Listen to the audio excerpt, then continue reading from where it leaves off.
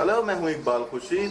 آج 1 minute story کی 12ویں episode میں ہمارے ساتھ ہیں باسودی کی مریم اور مئی دادا جیسے ماسٹر پیس لکھنے والے اس عہد کے سب سے بڑے فکشن نگار جناب اسد محمد خان۔ مجھے خاموشہ پیش کرتا ہوں۔ میں ایک نو تعمیر عمارت میں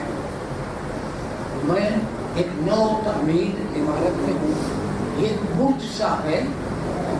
برج کسی نامقدس ناہنجار ٹوٹم کی طرح ایک طرف جھک گیا ہے۔ ابتدا میں اسے قرے کا مرکز قرار دے کر عموداً نصب کرنے کا وعدہ کیا گیا تھا،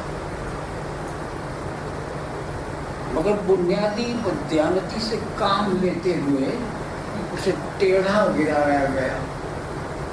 پھر زمین کی کشش دوسری سب چیزوں پر حاوی آ گئی، اس لیے برج زاویہ قائمہ بنانے سے قاصر رہا اور ایک طرف جھکتا چلا گیا۔ جب یہ ہو چکا تو خاموشی کے ساتھ طے کیا گیا کہ اب اسے صرف کریا کرم کے لیے استعمال کیا جائے گا۔ اس طرح زندوں کے لیے تعمیر ہونے والی اس عمارت کو برج خاموشہ بنا دیا گیا اور یہ بات مجھ سے چھپائی گئی۔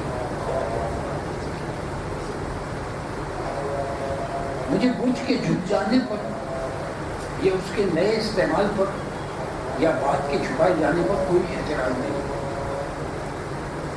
اب تو کسی چیز پر بھی کوئی اعتراض نہیں ہے۔ اعتراض اسے کرنا چاہیے جس کے بس میں کچھ ہو۔